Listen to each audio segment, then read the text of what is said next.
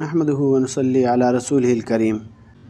آج کے ٹاپک میں ہم بات کریں گے جنات کے شر سے حفاظت کے لیے کیا عمل ہونا چاہیے۔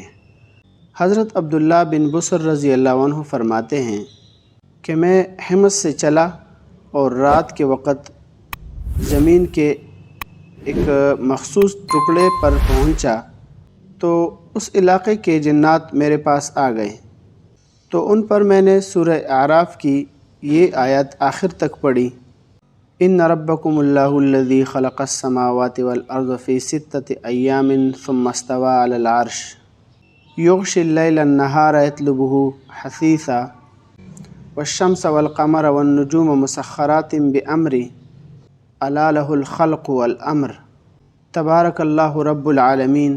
سورہ اعراف آیت نمبر 54۔ تو اس آیت پر جنات نے ایک دوسرے سے کہا کہ اب تو صبح تک اس کا پہرا دو، تو لہٰذا انہوں نے پوری رات میرا پہرا دیا۔ صبح کو میں سواری پر سوار ہو کر وہاں سے چل دیا۔ حیات صحابہ جلد نمبر 3 صفحہ نمبر 326۔